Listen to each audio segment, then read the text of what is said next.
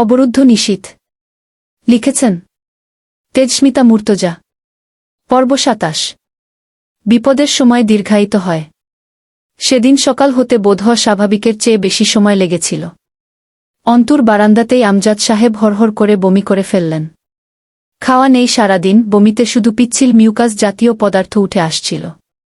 বেশ কয়েকবার বমির উপক্রম হল, দুবার বমি করলেন। উনাকে তুলে এনে অন্তুর বিছানায় শুইয়ে দেয়া হল। তখন রাত ৩:৩০টার মতো বাজে। উনি চোখে ঝাপসা দেখছিলেন, চোখের সামনে দুনিয়াটা ঘুরছিল চরকির মতো। চোখের শিরায় রক্ত জমে উঠল। চোখের মণি হলুদাব লালচে হয়ে উঠল। প্রেশারের ওষুধ খাওয়ানোর পরেও রাতের বেকায়দার সময়ে কোনো রকমের উন্নতি দেখা গেল না উনার শরীরে। অন্তিক বেশ কয়েকবার গিয়ে ঘুরেও গাড়ি পেল না। সময়ের সাথে সাথে আমজাদ সাহেবের অবস্থা শোচনীয় হয়ে উঠছিল। অন্তু এবং রাবেয়া বেগম উনার হাতে পায়ে তেল মালিশ করে দিলেন। প্রচুর ঘামছিলেন আমজাদ সাহেব। শীতের রাতে উনার গলা ঘেমে ভিজে উঠেছিল। অন্তু আন্দাজ করল ব্লাড প্রেশার 180/120 পেরিয়ে গেছে।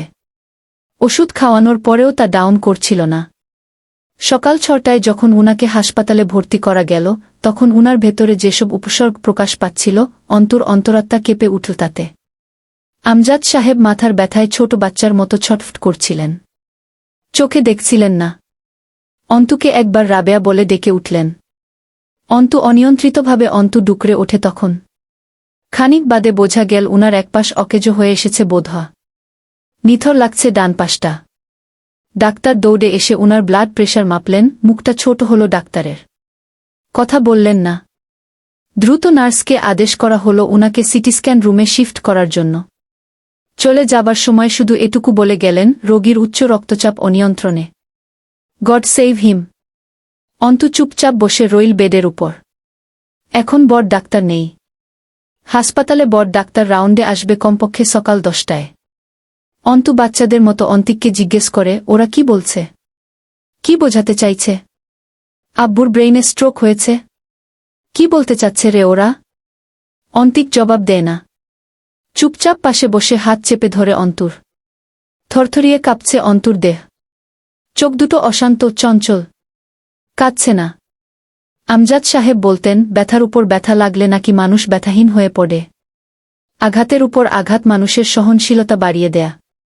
ডাক্তার জানালেন, রোগীর উচ্চ রক্তচাপ বেড়েছে কোনো জটিল উত্তেজনা এবং দুশ্চিন্তার ফলে।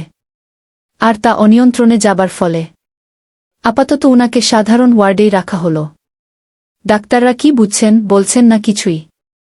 বেড পাওয়া গেল না।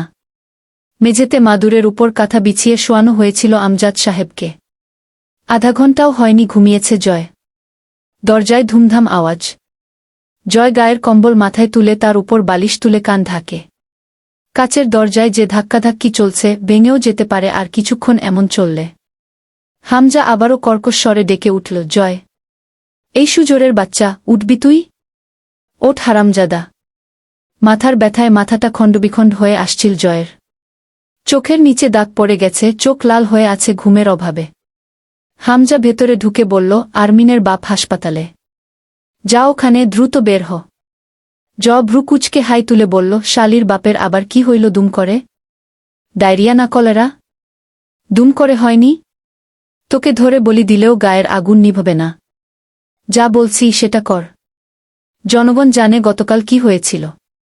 এর দায় আমার রেপুটেশনের উপর এসে পড়লে তোকে জীবিত দাফনাবো আমি। আমার জন্যে হয়েছে নাকি?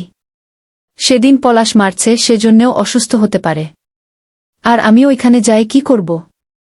ওই শালির মেয়ে এমনিই সহ্য করবার পারে না আমারে। কথা বাড়াচ্ছিস কেন? বাথরুমে যা, ফ্রেশ হ। কোনো প্রয়োজন হলে তার ব্যবস্থা করবি, আশেপাশেই থাকবি ওদের। যা বুঝলাম শুনে, স্ট্রোক হয়েছে হয়তো। পাপ করেছিস, তার মাসুল হিসেবে অথবা তোর বিয়ে করা বুয়ের খাতিরে। যাহ! জয় বিরক্ত হয়ে ঝাড়ি মারল, আমার ঘুমে মাথা ভেঙে আসতেছে। ধনের অসুখ হয়েছে এক থাপ দিয়া। হামজা নরম হল, যা। মাঝে মধ্যে স্যাক্রিফাইস করা স্বাস্থ্যের জন্য ভালো, আর রেপুটেশনের জন্যও। ফিরে এসে ঘুম দিবি। ভাই, আমি না তোমারে বুঝি না। মাঝে মধ্যে মন চায় মাথার খুলিডা উড়াই দিই। জয় দাঁত খিচে ওঠে। আমিও বুঝি না আমাকে। তুইও বোঝার চেষ্টা করিস না। আমি পরে যাব। পাশের এলাকায় রাস্তার কাজের কন্ট্রাক্ট সাইন করা হয়েছে, তা দেখতে যেতে হবে। তুই যা এখন, আমি পর আসছি। অলসভাবে হেঁটে বিছানার দিকে যেতেই ধমকে ওঠে হামজা, আবার গিয়ে বিছানায় শুয়ে পড়লে বিছানাটা আগুন জ্বালিয়ে পুড়িয়ে দেব আমি। জয়কে ধরে ঠেলে নিয়ে বাথরুমে ঢুকিয়ে ব্রাশে টুথপেস্ট লাগিয়ে হাতে ধরিয়ে দেয়া হামজা। কখন কি হয় ওখানে জানাস আমায়। তোর কাজকর্মে কতদিন ধৈর্য বজায় রাখতে পারবো আমি বুঝতে পারছি না। তবে আশা থাকবে রাজনৈতিক কাজের বাইরে তোর নোংরামি যেন নিয়ন্ত্রণে থাকে। আমি যেমন প্রশ্রয় আর আদর দিয়ে মাথায় তুলতে পেরেছি তোকে, পাপ বেশি হয়ে গেলে, একবার ধৈর্যে টান লাগলে এক আছাড়ে তোর রুহুটা বের করে নিতে হাত কাঁপবে না, জানিস তুই। তাই পাপও সেই অবধি করবি যে অবধি আমার ধৈর্যচ্যুতি না ঘটে। কথাগুলো বলতে বলতে রুম থেকে বেরিয়ে আসে হামজা। জয় গলা উঁচিয়ে নির্লজ্জের মতো বলে, আমি কিছুই করি নাই বাল। ভালো মানুষ বলে যে পারে দোষ দিয়ে যায়। তোমার তো খালি অভিযোগ আমার উপর। যাই করি সহ্য হয় না। জিহ্বাটা টেনে ছিঁড়ে ফেলি, এগিয়ে আয় এদিকে আমার কাছে। গলার আওয়াজ উঁচু হচ্ছে কেন?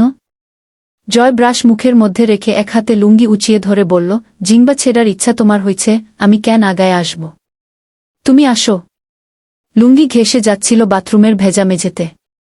টেনে শক্ত করে বাঁধল সেটা। হাত দিয়ে মুঠো করে লুঙ্গি ধরে দুই ঠ্যাঙের মাঝে গুজে আয়নার দিকে তাকায়। দেখতে কালো লাগছে চেহারাটা। আয়নার দিকে তাকিয়ে বলে উঠল, ও দয়াল, জাননি বা নাও দম কেন বাইর হিজা যায়।